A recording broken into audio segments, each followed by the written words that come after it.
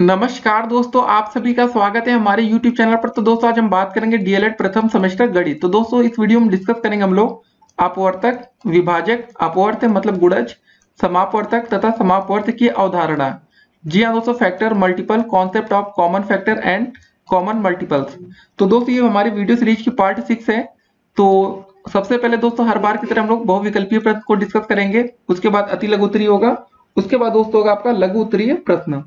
तो आज का दोस्तों पहला प्रश्न हम देखने वाले हैं और सबसे पहले प्रश्न में क्या बात की गई है कि एक अभाज्य संख्या के कितने गुणनखंड होते हैं, आपको ये बताना है।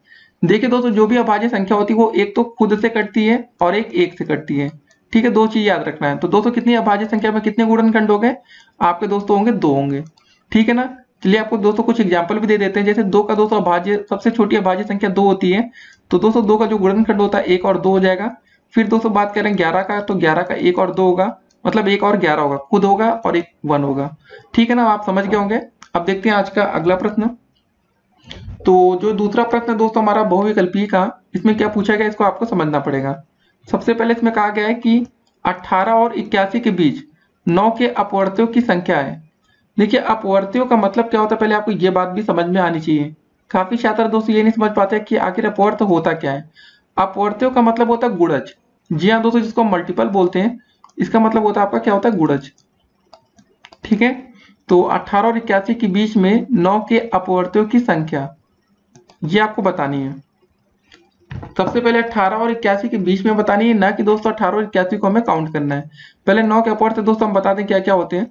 9 का हो जाएगा अपवर्त 9, 9 दूनी 18, 9 त्रिक 27, 9 चौके 36, 9 पचे 45, 9 छक 54, 9 सत्ते 63, 9 अठे 72, लास्ट में 9 नवा 81। अब जरा दोस्तों आपको बताना है कि 18 और 81 के बीच में, मतलब 18 को छोड़ देना है, 81 को छोड़ दीजिए। अब बीच में दोस्तों काउंट करिए कितना होगा। ये एक हो गया, दो हो गया, तीन हो गया, चार हो गया, पांच हो गया, छह हो गया। ठीक है ना, कितनी आसानी से आपने सीख लिया इसको। तो जो इसका दोस्तों आंसर हो जाएगा, आप बताइए क्या होगा। तो इसका जो सही आंसर होगा वो होगा आपका विकल्प नंबर, देख लो यहाँ पर बी लिखा है ना, 6। तो 9 के दोस्तों जो अपवर्त होंगे 18 और 81 के बीच में कितने होंगे, 6 होंगे। तो इसका सही आंसर आप समझ गए। तो अपवर्तक दोस्तों हमने वीडियो में काफी अच्छे से बताया है, तो आप वीडियो को अंत तक देखेंगे तो समझ जाएंगे अपवर्तक कैसे निकालते हैं। ठीक है ना। तो आज का अगला प्रश्न आप देखेंगे हम लोग। तीसरा क्वेश्चन, प्रत्येक विषम संख्या का गुणनखंड है, आपको ये बताना है। तो इसका आंसर दोस्तों आपको सोचना है और समझना है। विषम संख्या मतलब होता है ऑड नंबर। ठीक है ना, क्या नंबर होता है दोस्तों आपका, ऑड, NUMBER। दोस्तों ये विषम संख्या को बोलते हैं, सम संख्या को बोलते हैं हम लोग इवन नंबर। ठीक है ना, ऑड और इवन, आपको ये बात पता होनी चाहिए। तो जो तीसरा सही आंसर होगा दोस्तों, प्रत्येक विषम संख्या का गुणनखंड क्या होगा आपका, वो एक होगा। ठीक है, सी विकल्प। तो बस दोस्तों इस आंसर को आप याद कर लेंगे। ठीक है ना, नहीं तो कुछ छात्र होते हैं भूल जाते हैं, तो कुछ दोस्तों क्वेश्चन को आप ध्यान में रख सकते हैं कि प्रत्येक प्रत्येक जो विषम संख्या होती है उसका जो गुणनखंड होता है दोस्तों, उसका कम से कम एक तो होता ही है। ठीक है ना, तो तीसरा दोस्तों जो सही आंसर होगा वो सी विकल्प हो जाएगा। तो ऐसे क्वेश्चन दोस्तों और आ सकते हैं पेपर में, आपको तो ध्यान में रखना है। अब देखते हैं आज का अगला प्रश्न हम लोग। चौथा क्वेश्चन कि चौथा क्वेश्चन क्या है कि निम्न में से 27 का अपवर्तक नहीं है। देखिए अपवर्तक और अपवर्त में आप परिभाषा समझिए। अपवर्तक का मतलब दोस्तों होता है जो इसका हम फैक्टर करते हैं, गुणनखंड। अपवर्त का मतलब होता है आपका गुणज। 27 का अपवर्तक नहीं है, तो दोस्तों 27 का जो आपका फैक्टर क्या क्या हो जाएगा, एक से कटेगा 27, तीन से कट जाएगा। ठीक है ना, 9 त्रिक 27 होता है और 27 एकम 27। ये बात समझ में आ गई। तो जरा दोस्तों देखिए, आप 27 में क्या अपवर्तक नहीं है, तो दोस्तों आप समझ में आ रहा होगा जो 54 दिख रहा है ये कुछ अलग है। तो जो इसका सही आंसर हो जाएगा चौथे का, वो डी हो जाएगा। ये इसका अपवर्तक नहीं है। 27 दूनी 54 जरूर होता है, ये इसका गुणज हो सकता है लेकिन अपवर्तक नहीं हो सकता। मतलब अपवर्तक हो सकता है लेकिन आपका ये क्या नहीं है, अपवर्तक नहीं है। ठीक है, तो चौथा विकल्प आपका सही है। देखिए इस क्वेश्चन को जरा ध्यान दीजिएगा, जब कभी भी आपका किसी भी पेपर में ऐसा क्वेश्चन दिखे कि अपवर्तक या कुछ भी नहीं है, उसको आप एक बार हाईलाइट कर लीजिएगा, क्योंकि आप जब आंसर करते हैं ना तो आपसे कंफ्यूजन में चला जाता है कि यार हमने क्या चीज छोड़ दिया। ठीक है ना। अब आज का अगला प्रश्न देखते हैं हम लोग। तो पांचवा प्रश्न है, 6 और 9 के समापवर्त हैं। ठीक है, इस बार आपको बताना है 6 और 9 के समापवर्त। तो देखते हैं इसके। देखिए जो समापवर्त होता है दोस्तों, इसको हम लोग एक और बोलते हैं उभयनिष्ठ अपवर्त या कॉमन मल्टीपल। तो 6 के दोस्तों जो अपवर्त होते हैं या समान मतलब कैसे निकालते हैं इसको बताते हैं। जैसे 6 का पहले पहाड़ा एक बार पढ़ेंगे, 6 कम 6, 6 दूनी 12, 6 त्रिका 18, 6 चौके 24, 6 पंजे 30, 6 छंग 36, 6 सत्ते 42, 6 अट्ठे 48, 6 नवाई 54। 54 तक दोस्तों हमने पहाड़े इसलिए पढ़ा कि यहाँ मैक्सिमम 54 दिया गया है। उसके बाद दोस्तों बारी आती है आपके 9 की पहाड़े की। 9 एकम 9, 9 दूनी 18, 9 त्रिक 27, 9 चौके 36, 9 पचे 45, 9 छक 54, 9 सत्ते 63। आगे जा सकते हैं लेकिन कोई जरूरत नहीं है। तो 18 दोस्तों जरा देखिए, 18 यहाँ पर भी आ रहा है, यहाँ पर भी आ रहा है, मैच हो गया दोनों में। उसके बाद दोस्तों बारी आती है 36 की। 36 यहाँ पर भी है, 9 के पहाड़े में भी 36 आ रहा है, लास्ट में 54 यहाँ दिख रहा है, 54 यहाँ पर भी है। तो बताना है दोस्तों 9 और 6 और 9 के जो समापवर्त हैं, फिलहाल यहाँ पर आप देख रहे हैं 18, 36, 54 तीनों दिख रहा है। तो आपके जो तीनों विकल्प सही है, तो मतलब जो आपका चौथा विकल्प होगा ये सभी का, यहाँ पर ये वाला विकल्प यहाँ पर सही होगा। अब देखते हैं आज का अगला प्रश्न। तो दोस्तों ये आज का अंतिम बहुविकल्पी प्रश्न है, मतलब इस वीडियो का। निम्नलिखित में से 7 का अपवर्त्य है। अपवर्त्य का मतलब मैंने क्या बताया आपको, गुणज, ठीक है ना। तो 7 का गुणज दोस्तों क्या हो जाएगा, 7 पहले 7 का गुणज 7 एकम 7, 7 दूनी 14, 7 त्रिक 21, ऐसे बढ़ते जाएंगे। तो आप विकल्प देखिए जरा, 1 7 है, 3 4 है, 7 14 है। तो मतलब दोस्तों आपको जो तीसरा विकल्प है यही दोस्तों यहाँ पर आपका सही हो जाएगा। तो ये सब क्वेश्चन काफी कंफ्यूजन वाले दोस्तों आपको देखने में भी लग रहे होंगे कि आप गलती कर सकते हैं पेपर में। तो आपको ध्यान में रखना है कि यार गलती कहाँ से ना होने पाए। देखिए 7 के जो ये है ना, ये अपवर्त्य है। क्या ये दोस्तों अपवर्त्य आपने निकाला? अगर पेपर में दोस्तों 7 का अपवर्तक आ जाता, 7 का अपवर्तक, तो दोस्तों ये हो जाता है 1 और 7, ये क्या हो जाए आपका अपवर्तक, ठीक है ना। तो ये सब छोटी छोटी चीजें होती हैं दोस्तों, आप अपवर्त्य और अपवर्तक में कंफ्यूजन में आते हैं। अगर थोड़ी इंग्लिश आप इसकी सीखेंगे तो आप गलती नहीं करेंगे, ठीक है ना। तो चलिए दोस्तों अब देखेंगे आज के बहुविकल्पीय प्रश्न, मतलब अति लघुत्तरीय प्रश्नों को। बहुविकल्पीय प्रश्न यहाँ पर आपके कंप्लीट होते हैं। तो जो अंतिम क्वेश्चन था बहुविकल्पी का कि 7 का अपवर्त्य है, इसका जो सही आंसर था 7 और 14, ठीक है ना, समझ गए आप लोग। अब देखते हैं दोस्तों आज के अति लघुत्तरीय प्रश्नों को। तो दोस्तों चलिए शुरू करते हैं आपके अति लघुत्तरीय प्रश्नों को। सबसे पहले अति लघुत्तरीय प्रश्न का 7वां क्वेश्चन क्या है, 210 के अभाज्य गुणनखंड कितने हैं। तो उसको चलिए निकाल लेते हैं। 210 के अभाज्य गुणनखंड, 210 लिखा है। सबसे पहले दोस्तों हम भाग करेंगे 2 से। यहाँ पर 1 से भाग नहीं करना है, अभाज्य संख्या दोस्तों 1 नहीं होती है। तो 2 एकम 2, ठीक है ना। फिर दोस्तों कितनी बारी है, 2 0 0, 2 पंजे 10। फिर दोस्तों 3 से भाग जाएगा, 3 त्रिका 9, 3 पचे 15। फिर दोस्तों बारी आती है 7, मतलब 5 से भाग कर लेते हैं पहले, 5 सत्ते 35। फिर दोस्तों बारी आती है आपकी 7, 7 एकम 7, ठीक है ना।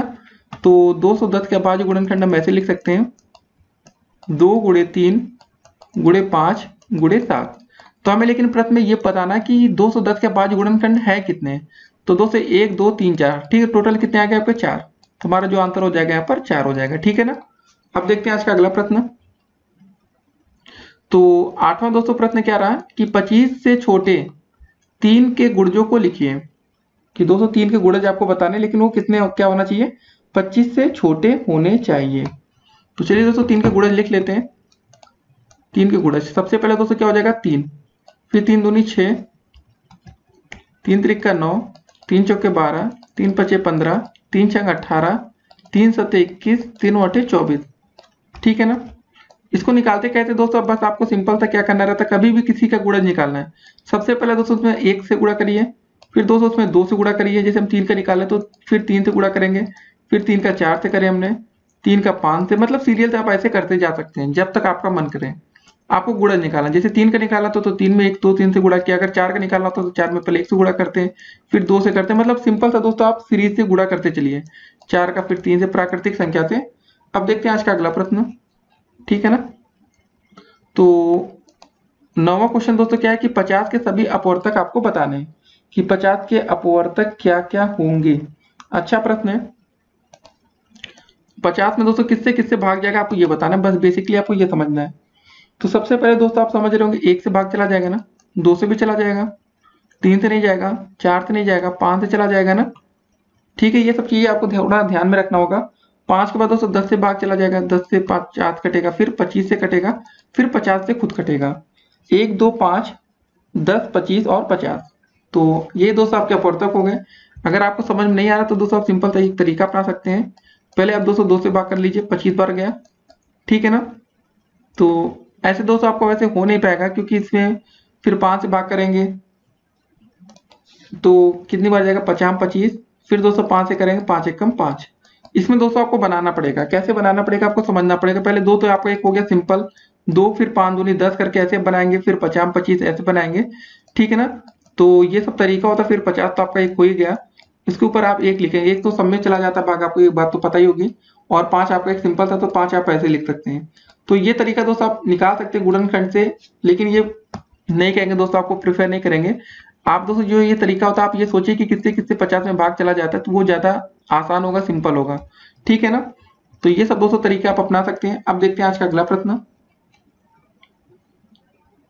10वां दोस्तों क्वेश्चन हमारा क्या रहा है, जरा इसको देखते हैं और समझते हैं। कि आपको बताना है कि 30 के गुणनखंड आपको लिखने हैं। अब जब देखिए अभाज्य ना लिखा रहे तो दोस्तों वहां आप एक को जरूर लिखेंगे, अभाज्य लिखा रहा है तो वहां एक बाहर हो जाएगा। 30 के लिखने हैं तो 30 में किससे किससे भाग जाएगा आपको बताना। देखिए आपको क्या और बता दें, जो अभी आप अपवर्तक बताते हैं, अपवर्तक और गुणनखंड दोस्तों दोनों एक ही चीज होती है। 30 में किससे भाग जाएगा, एक से कट जाएगा, 30 दो से कट जाएगा, 3 से भी कट जाएगा, 4 से नहीं कटेगा, 5 से कटेगा, 6 से कटेगा, फिर दोस्तों 6 के बाद किससे कटेगा बताइए, सोचिए थोड़ा बहुत आप लोग भी सोचिए। 6 के बाद दोस्तों आपका 10 से कट जाएगा, फिर 15 से कटेगा, फिर आपका 30 से खुद कटेगा। 10 15 30 आपको लास्ट में समझ में आ गया होगा। और बस वही दोस्तों आपको बताना है 30 में किससे किससे भाग जाएगा, 1 2 3 5, ठीक है ना, फिर 6 10 15 और 30। अगर दोस्तों यहाँ पर खाली अभाज्य लिख जाए, 30 के अभाज्य गुणनखंड बताइए, ठीक है ना, तो इसमें काफी चीजें हट जाएंगी। अभाज्य बताते हैं दोस्तों कौन कौन सी संख्या हटेगी, पहले हम आपको बताते हैं। अभाज्य का मतलब दोस्तों आपको यही हो जाएगा, 30 का आपको फिर फैक्टर करना पड़ेगा। कैसे दोस्तों, ये तरीका अपनाएंगे। फिर 15 बार जाएगा दोस्तों, फिर 3 5 15, फिर 5 एकम 5।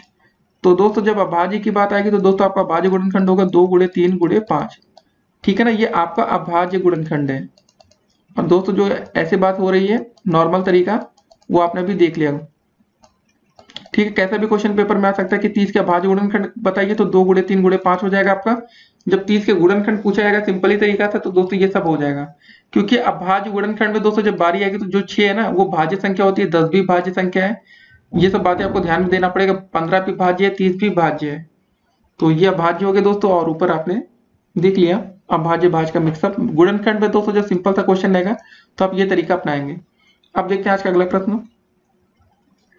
11 नंबर क्वेश्चन क्या रहा दोस्तों, इसको देखते हैं हम लोग और इसको समझेंगे। देखिए आप लोग हर एक प्रश्न को समझ के चलिए, बिना समझिए दोस्तों अगर आप किसी भी प्रश्न को कर रहे हैं तो उसमें कोई आपको फायदा नहीं मिलेगा। 18 और 34 के उभयनिष्ठ दोस्तों आपको क्या बताना है, गुणनखंड बताना है, ठीक है ना। उभयनिष्ठ गुणनखंड लिखिए। उभयनिष्ठ दोस्तों भी आपने क्वेश्चन देखा होगा समापवर्तक का। देखिए उभयनिष्ठ गुणनखंड का मतलब ही होता है दोस्तों आपका समापवर्तक। तो समापवर्तक से आप समझ गए होंगे कि 18 और 34 के पहले हमें अपवर्तक निकालना पड़ेगा, जो भी मैच करेंगे वही दोस्तों आपका उभयनिष्ठ गुणनखंड हो जाएगा। तो पहले 18 का अगर गुणनखंड आप निकालें किससे किससे भाग जाएगा आपको, 18 में 1 से चला जाएगा, 2 से चला जाएगा, 3 से चला जाएगा, 18 कटेगा, 6 से कटेगा और 9 से कटेगा और 18 से कटेगा। अब 34 की दोस्तों बात करें 34, 1 से भाग जाएगा, 2 से 34 कट जाते हैं, ठीक है ना। फिर दोस्तों किससे कटेगा 34, आपको ये बताना है। 1 2 हो गया, 17 दूनी 34 होता है दोस्तों आपका, तो यहाँ 17 लिख लेंगे हम लोग। फिर दोस्तों लास्ट में आ जाएगा 34, ठीक है ना। 34 में दोस्तों ज्यादा संख्या से भाग तो जाता नहीं है, बात आपको अच्छे से पता है। तो हमें बताना था दोस्तों एक मतलब 18 और 34 के उभयनिष्ठ गुणनखंड क्या होंगे, ठीक है ना। तो उभयनिष्ठ में दोस्तों क्या क्या मैच कर रहा है आपको ये देखना है। जरा इसमें दोस्तों देखिए आप 2 मैच कर रहा है, 2 मैच कर रहा है, और तो दोस्तों यहाँ पर कुछ मैच नहीं कर रहा है ना। इस बात को आपको देखिए समझना पड़ेगा। हर एक क्वेश्चन को जब तक आप समझेंगे नहीं तब तक आप दोस्तों कर नहीं पाएंगे। तो जब बारी दोस्तों आती है आपके उभयनिष्ठ गुणनखंड की, तो अब बताइए यहाँ पर क्या क्या आंसर होना चाहिए। आप देख रहे होंगे 1 भी हो गया दोस्तों, यहाँ 1 हो गया और 2 हो गया, ठीक है ना। तो दोस्तों इसका आप जो आंसर करेंगे वो और 1 और 2 ऐसे आप लिख सकते हैं कि जो इसके उभयनिष्ठ गुणनखंड है वो 1 और 2 है, या दोस्तों आप सिर्फ इसको 2 भी लिख सकते हैं। तो बस इसी को दोस्तों आप लोग आंसर कर दीजिएगा, ठीक है ना। इसके उभयनिष्ठ गुणनखंड हमने निकाल लिया है। अब देखते हैं आज का अगला प्रश्न। 12वां क्वेश्चन दोस्तों, और पूछा भी गया कि 12 के आपको अपवर्तक बताने हैं। तो उम्मीद करेंगे दोस्तों इस क्वेश्चन को आप लोग बहुत ही आसानी के साथ अब कर सकते हैं। अब मतलब आपको जो बेसिक कॉन्सेप्ट है दोस्तों वो आपका क्लियर हो रहा होगा कि अपवर्तक का मतलब होता क्या है। इसका मतलब दोस्तों आप समझ गए यार, इसका मतलब होता है गुणनखंड करना। तो 12 के गुणनखंड आपको दोस्तों कर देना सिंपली। तो क्या हो जाएगा, 12 में किससे किससे भाग जाएगा, 1 से कट जाएगा, 2 से जाएगा, 3 से जाएगा, ठीक है ना, 4 3 12, 6 दूनी 12 और 12। बस हो गया दोस्तों, ये कितना आसान प्रश्न है, ठीक है ना। तो चलिए दोस्तों, यहाँ से अब आपके अति लघु उत्तरीय प्रश्न समाप्त होते हैं। अब देखेंगे हम लोग लघु उत्तरीय प्रश्नों को। तो दोस्तों चलिए अब शुरू करते हैं लघु उत्तरीय प्रश्नों को। सबसे पहले लघु उत्तरीय प्रश्न का 13 नंबर क्वेश्चन क्या रहा, अपवर्तक तथा अपवर्त से आप क्या समझते हैं, उदाहरण सहित आपको स्पष्ट करना है। तो देखिए अपवर्तक क्या होता है, इसकी परिभाषा पहले हम आपको बताते हैं। अपवर्तक कहिए दोस्तों, या इसको गुणनखंड हम कह सकते हैं। जी हाँ दोस्तों, अपवर्तक का मतलब आपको गुणनखंड होता है, जिसको अंग्रेजी में बोलते हैं फैक्टर। कोई संख्या यदि दूसरी संख्या से पूर्णतः विभाजित हो जाती है तब दूसरी संख्या पहली संख्या का अपवर्तक या गुणनखंड कहलाती है। जैसे देखिए दोस्तों, 12 के अपवर्तक क्या क्या होंगे उसको आपको हम बता देते हैं। 12 के अपवर्तक क्या क्या होंगे दोस्तों, आपका 1 हो जाएगा, 2 हो जाएगा, 3 से भी कट जाएगा 12, 4 से भी कटेगा, 6 से भी कटेगा और 12 से खुद कटेगा, ठीक है ना। कुछ अन्य अपवर्तक के आपको उदाहरण दोस्तों हम दे देते हैं। जैसे 3 का अपवर्तक क्या हो जाएगा, 1 हो जाएगा, 3 हो जाएगा। बात को आपको समझना है खाली। 4 के अपवर्तक क्या हो जाएंगे दोस्तों, 1 से भी कटेगा 4, 2 से भी कटेगा, 4 से भी कटेगा। ये दोस्तों आपका अपवर्तक आप समझ गए होंगे, ठीक है ना। इसकी परिभाषा अगर आपको लिखनी है तो फिर से हम बोल दे रहे हैं, इसको आप जरा लिख लीजिएगा कि कोई संख्या यदि दूसरी संख्या से पूर्णतया विभाजित हो जाती है तब दूसरी संख्या पहली संख्या का अपवर्तक या गुणनखंड कहलाती है, ठीक है। जैसे आपने एग्जाम्पल देखा 12, 3 और 4 का। अब दोस्तों बात आती है कि आपके अपवर्त क्या होते हैं। जी हाँ दोस्तों, अपवर्त का मतलब क्या होता है, इसको समझिए। किसी संख्या के गुणज या अपवर्त उस संख्या को किसी प्राकृतिक संख्या से गुणा करने पर प्राप्त होती है। अतः हम कह सकते हैं कि किसी संख्या से पूर्णतः विभाजित होने वाली संख्याएं उस संख्या के गुणज या अपवर्त कहलाती हैं। जैसे दोस्तों 4 के अपवर्त क्या होंगे बताइए आप। अगर हम दोस्तों आपसे कहें कि 4 के अपवर्त आपको बताना है, 4 के, ठीक है ना, अपवर्त आपको दोस्तों बताने क्या होंगे। इसमें दोस्तों हमने क्या बोला, आपको प्राकृतिक संख्या से गुणा करना होता है। जैसे दोस्तों हमें 4 का अपवर्त निकालना, तो जैसे 4 में सबसे पहले हम क्या करेंगे, 1 से गुणा कर देंगे। तो दोस्तों जब 4 में 1 से गुणा करेंगे तो हमारा 4 आ जाएगा। प्राकृतिक संख्या में दोस्तों 1 के बाद 2 से गुणा करेंगे तो 4 के बाद क्या हो जाएगा, 8 आ जाएगा। 4 में जब हम 3 से गुणा करेंगे तो ये हो जाएगा 12। तो दोस्तों आप समझ गए होंगे जो 4 के अपवर्त आएंगे, जैसे 4 आ गया, 8 आ गया, 12 आ गया। वैसे दोस्तों जब अगली बार 4 से गुणा करेंगे तो हो जाएगा 4 चौके 16, तो ऐसे ही बढ़ता जाएगा। तो अब आप समझ गए होंगे कि अपवर्तक, ठीक है ना, अपवर्तक का दोस्तों मतलब होता है गुणनखंड या फैक्टर, अपवर्त का मतलब होता है गुणज या मल्टीपल, ठीक है ना, बस यही होता है। अब दोस्तों देखते हैं आज का अगला प्रश्न, जो कि लघु उत्तरीय प्रश्नों से ही आएगा। तो देखते हैं अगला प्रश्न हमारा क्या रहा है। तो 14 नंबर दोस्तों जो क्वेश्चन हमारा है कि समापवर्तक तथा समापवर्त को उदाहरण सहित आपको परिभाषित करना है। तो देखिए जो समापवर्तक होता है दोस्तों आपका, ये होता है, इसको हम लोग बोलते हैं उभयनिष्ठ गुणनखंड या कॉमन फैक्टर। तो पहले इसकी परिभाषा हम बताते हैं कि समापवर्तक या उभयनिष्ठ गुणनखंड उस संख्या को कहा जाता है जो दी गई 2 या 2 से अधिक संख्याओं में प्रत्येक का गुणनखंड या अपवर्तक हो। जैसे दोस्तों हम आपको बता दें 12, 16 तथा 40 के समापवर्तक अगर आपको ज्ञात करने हो, 12, 16 तथा 40 के आपको दोस्तों क्या निकालना है, समापवर्तक, ठीक है ना।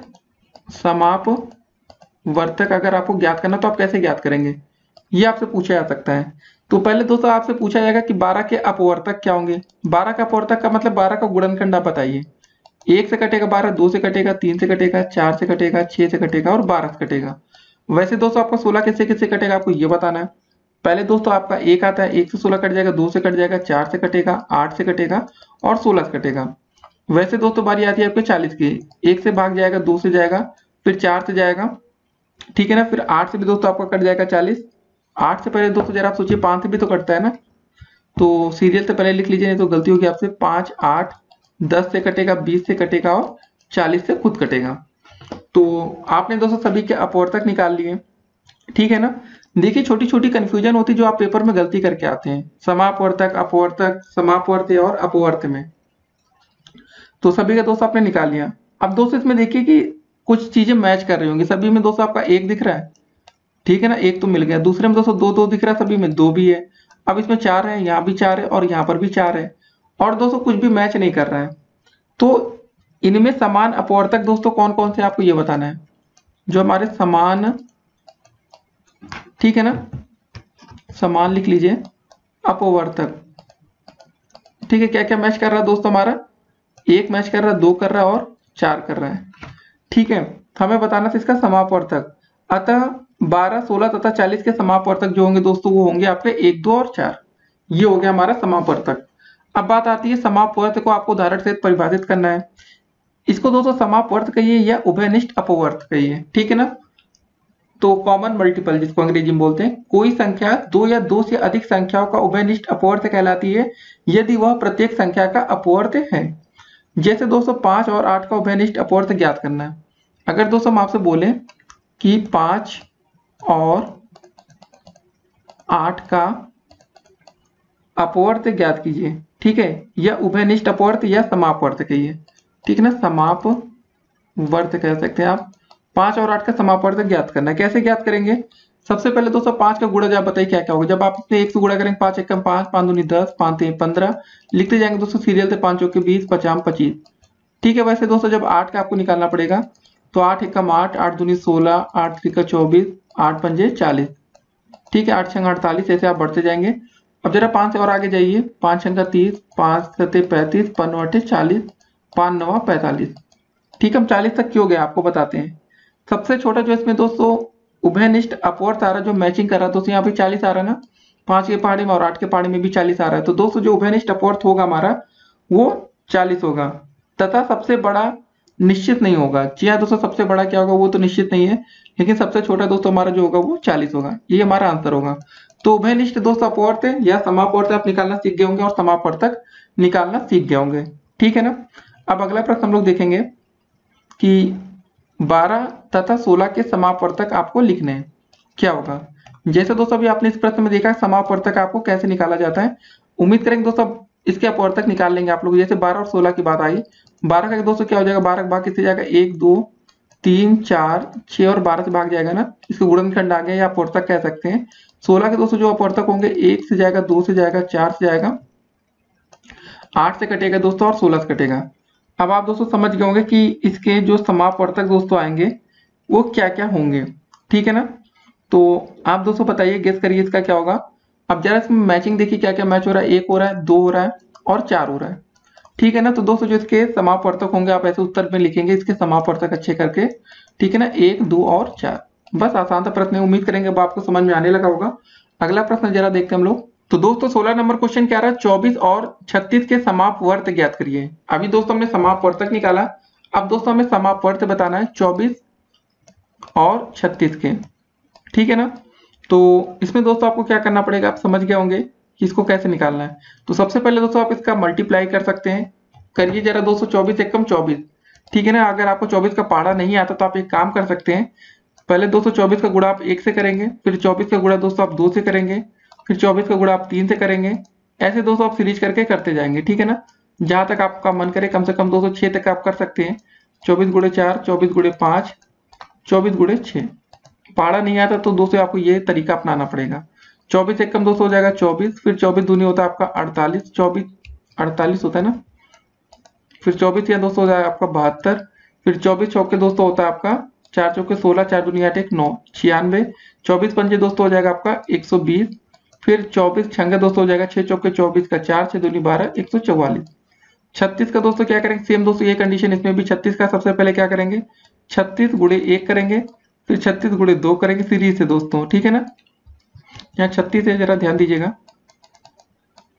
फिर 36 गुणे हम 3 करेंगे, 36 गुणे 4 करेंगे, 36 गुणे 5 करेंगे, ठीक है। 6 बार तक इसको भी आप कर सकते हैं। पहले जब 36 का गुणा एक बार किया तो हमारा आ गया 36, फिर दोस्तों जब 2 बार करेंगे तो 72 आ जाएगा। 3 बार दोस्तों जब गुणा हो जाएगा तो 3 छंग 18, ठीक है ना। फिर 3 त्रिक का 9 1 10 हो जाएगा। फिर 4 बार दोस्तों करेंगे तो 4 छंग 24 का 4, 4 तिया 12 2 14, फिर 5 बार करेंगे 5 छंग 30 का 0, 5 तिया 15, 3 18। अब जरा दोस्तों समापवर्त में हम इसमें कॉमन देखेंगे दोस्तों क्या क्या मैच कर रहा है। दोस्तों दोनों में क्या क्या मैच हो रहा है। एक यहाँ देखिए 72 आ रहा है, यहाँ भी 72 आ रहा है, यहाँ 144 आ रहा है, यहाँ भी 144 आ रहा है। तो हम इसके समापवर्त बताने थे, तो बस ये लिख लीजिएगा दोस्तों जो जो मैच कर रहा है, और आगे आप कर सकते हैं गुणा। तो इसको जो समापवर्त हम स्टार्टिंग में लिख देंगे, हमारा दोस्तों आ जाएगा एक 72 मैच हो रहा है, 144 मैच हो रहा है। तो दोस्तों 200 बहुत ही मतलब सफिशियंट है। 200 दो आंसर आप अगर कर देते हैं तो 72 और 144, ठीक है ना। तो ये क्वेश्चन आपको समझ में आ गया होगा, समापवर्तक कैसे निकालते हैं और अपवर्तक कैसे निकालते हैं, ठीक है ना। समापवर्तक मतलब अपवर्तक तो आप समझ गए होंगे, बेसिक सी परिभाषा होती है। समापवर्तक और समापवर्तक निकालना आपको सीखना है। अब अगला प्रश्न हम लोग देखेंगे दोस्तों, क्या है हमारा कि 17 नंबर क्वेश्चन, 6, 10 तथा 15 का उभयनिष्ठ गुणज ज्ञात करना है आपको। क्वेश्चन देखिए दोस्तों, थोड़ा अलग तरीके से पूछा गया है आपको फंसाने के लिए, लेकिन आपने हमारी वीडियो देखी होगी दोस्तों, समझ में आ गया होगा। उभयनिष्ठ गुणज का मतलब ही होता है आपका समापवर्त्य। जी हाँ दोस्तों, जो आप ये निकाले तभी समापवर्त्य, इसी को ही हम बोलते हैं उभयनिष्ठ गुणज या कॉमन मल्टीपल। तो जब 6, 10 और 15 का उभयनिष्ठ गुणज निकाला हो तो 6 का दोस्तों आप क्या करेंगे, 6 कम 6 होता है, एक बार गुणा 6 दूनी 12, 6 त्रिक 18, 6 चौके 24, 6 पंजे 30, ठीक है ना, 6 छंग 236। ऐसे आप करके आगे बढ़ सकते हैं। देखिए आपका जहां तक मन करे दोस्तों आप निकाल सकते हैं, लेकिन हाँ कम से कम आप एक दो तो कॉमन आपको निकालना ही पड़ेगा। अब ये मत सोचिएगा कि हम एक भी ना निकालें, ठीक है। उसके बाद दोस्तों बारी आती है आपकी 10 की।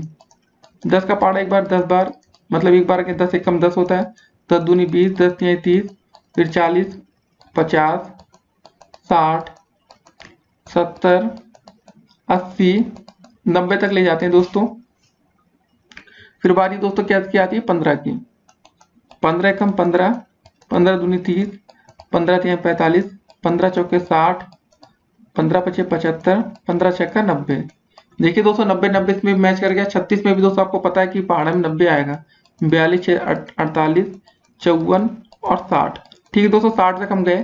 तो क्या क्या मैच करा जा रहा है इसको देखते हैं हम लोग। 30 दोस्तों यहाँ पर भी आ रहा है, ठीक है ना, सही से देखते हैं। 30 यहाँ भी आ रहा है, 30 यहाँ भी आ रहा है, 30 यहाँ पर भी आ रहा है, ठीक है उभयनिष्ठ गुणज। 30 के बाद दोस्तों जरा देखिए 60 यहाँ पर भी आ रहा है, 60 यहाँ पर भी आ रहा है, 60 यहाँ पर भी आ रहा है। और जब 6 के पहाड़े में हम लोग आगे जाएंगे तो 90 भी आपको मिलेगा। तो दोस्तों फिलहाल हम दो ठो उभयनिष्ठ गुणज लिख देते हैं। क्या क्या दोस्तों हमारा मैच कर रहा है उसको लिखते हैं। 30 हो गया दोस्तों आपका, 60 हो गया, लेकिन दोस्तों आगे आप पहाड़ा पढ़ेंगे तो 90 भी आ जाएगा, लेकिन चलिए 30 और 60 लिख देते हैं फिलहाल।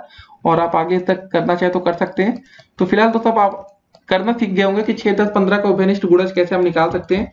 तो इसमें सिंपल सी बात होती है दोस्तों, जो आपके नेचुरल नंबर होते हैं, प्राकृतिक संख्या से आप गुणा करते जाते हैं बस। अब दोस्तों देखेंगे अगला पार्ट और उसमें कुछ चीजें और सीखेंगे। तो फिलहाल दोस्तों ठीक है, अगर आप लोग अभी तक हमारे चैनल पर नए हो तो चैनल को सब्सक्राइब कर लीजिएगा, जिससे आने वाली वीडियो की हर एक नोटिफिकेशन आपको सबसे पहले मिले। और इस वीडियो को अधिक से अधिक शेयर कर दीजिए अपने दोस्तों के साथ। देखिए अगर आपके समापवर्तक, अपवर्तक, समापवर्त्य, अपवर्त्य में अगर कुछ भी प्रश्न आप बनेगा तो उम्मीद करेंगे दोस्तों आपसे गलती नहीं होगी। ठीक है, फिर मिलते हैं, स्टे कनेक्टेड।